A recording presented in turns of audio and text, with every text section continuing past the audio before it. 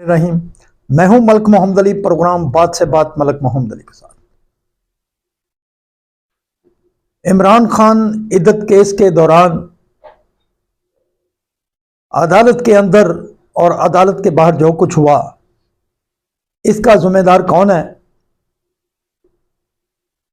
और क्या जो हालात चल रहे हैं, इसमें दोनों अतराफ से जज्बात पर काबू नहीं रखा जा सकता। क्या ऐसे मामलात को इस तरह मीडिया पर, अदालतों में इस अंदाज से उछाला जा सकता है? क्या इसे जज्बात को कंट्रोल में नहीं रखा जा सकता?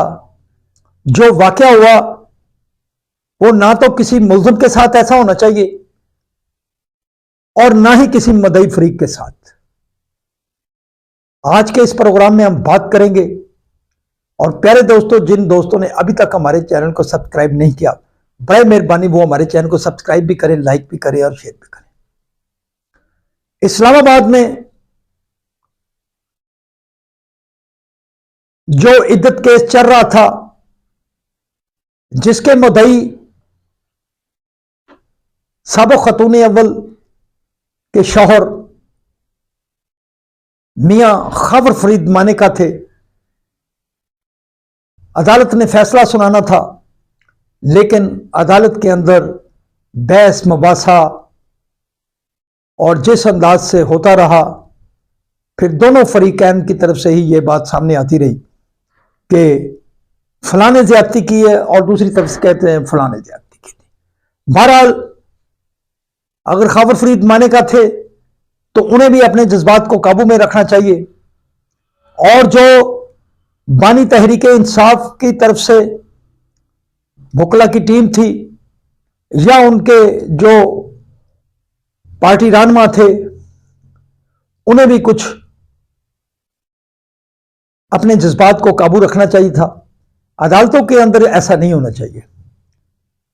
कोई फरीक मुद्दई पार्टी से हो या मुल्ज़िम पार्टी से हो, सारे मामलात अदालत पर छोड़ने चाहिए। जब वकला अदालत के अंदर बहस करते हैं तो जाहिर है वो अपने दलाइल देते हैं, सबूत पेश करते हैं, शवाहद पेश करते हैं। उसकी रोशनी में फिर बाद में अदालत के सामने जो शवाहिद रखे जाते हैं, जो सबूत रखे जाते हैं, तो फिर अदालतें उन शवाहद की रोशनी में, गवाहान के बयानात की रोशनी में कोई फैसला सादर करती हैं। इस मुकदमा का फैसला जो था वो महफूज था, और फिर अचानक अदालत के अंदर जो कुछ हुआ और जिस तरह अदालत के अंदर सारा निज़ाम ही बदल गया, तो फिर अदालत ने फैसला भी ना किया, बल्कि कह दिया कि यह केस कहीं और ट्रांसफर किया जाए या कोई और अदालत फैसला कर दे। और उसके बाद अदालत के अंदर भी जो बातें सुनने में आ रही हैं, देखने में आ रही हैं कि बहुत सारा शोर शराबा हुआ, और फिर अदालत से बाहर निकलते ही खबर फरीद मानेका पर कुछ वकला की तरफ से हमला हुआ, उसे मुक्के मारे गए, घूंसे मारे गए, थप्पड़ मारे गए और वो जमीन पर गिर भी पड़े। बहरहाल किसी भी तरफ से ऐसा नहीं होना चाहिए। खबर फरीद मानेका थे तो उन्हें भी अपने जज्बात को कंट्रोल में रखना चाहिए था, क्योंकि पहले बहस हो चुकी थी किस केस में। और दूसरी जानब जो बानी तहरीक इंसाफ के वकला थे, उन्हें भी अपने जज्बात को कंट्रोल में रखना चाहिए। बहरहाल ये कहीं भी इस मसले की ऐसे हमायत नहीं की जा सकती कि अदालतों के अंदर ऐसे रवैये अपनाए जाएं जो कि अदालतों को फैसले ना करने पर मजबूर कर दें, या ऐसा अमल आ जाए कि मुद्दई फरीक को ही जो दूसरी पार्टी हो वो इस अंदाज से लताड़ दे कि तो फिर ऐसे ही हुआ तो फिर कोई मुद्दई नहीं बनेगा। अगर कोई मुल्ज़िम की तरफ से मुद्दई के साथ ऐसा होता है या मुद्दई की तरफ से मुल्ज़िम के साथ ऐसा होता है, तो फिर तो अदालतों पर लोगों का केस लेकर जाने से ही गुरेज नहीं करेंगे, तो फिर अदालतों के पास वो केस ही नहीं जाएंगे, तो अदालतें क्या फैसला करेंगी। बहरहाल अदालतों का एहतराम भी इंतहाई ज़रूरी है, क्योंकि अदालतें ही वो ऐसा एक हमारे सामने एक सर्कल है जहां से इंसाफ की उम्मीद है, इंसाफ की तवक्को होती है।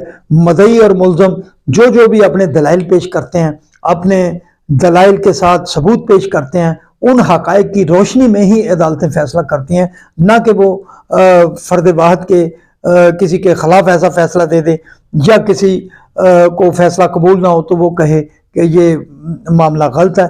बहरहाल सब जो अतराफ़ हैं, सब दोनों तरफ से अदालतों का एहतराम भी ज़रूरी है और एक दूसरे का एहतराम भी ज़रूरी है। अदालतों में जितने हक़ाइक़ हैं या सबूत हैं वो पेश करें, उन पर बहस करें ताकि अदालत आज़ादी के साथ अपना फैसला कर सके। बहरहाल जो अभी मज़ीद सूरत हाल सामने आई है कि खैबर फरीद मानेका पर हमला करने वाले 2 या 3 वकला के खिलाफ गालबन दहशतगर्दी एक्ट के तहत मुकदमा दर्ज कर लिया गया। बहरहाल ये किसी तरफ से भी नहीं होना चाहिए और हम समझते हैं कि ऐसी बदमज़गी से पाकिस्तान का इमेज कोई अच्छा नहीं जा रहा। पाकिस्तान ये केस ही इस किस्म का है जो इस पर बाहर बात करना, बहस करना, इस केस की नवीयत ही ऐसी है, वो हम समझते हैं कतई गैर मुनासिब है।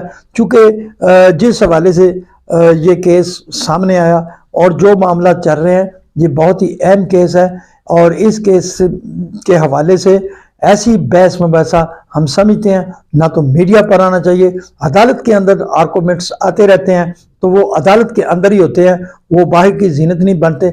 बहरहाल तहरीक इंसाफ के वकला की तरफ से भी बड़ी गर्म बातें की गई हैं कि खैबर मानेका ने बहुत ही तल्ख बातें की, जो उनके जज्बात मजरूह हुए लेकिन उन्होंने अपने जज्बात पर कंट्रोल रखा।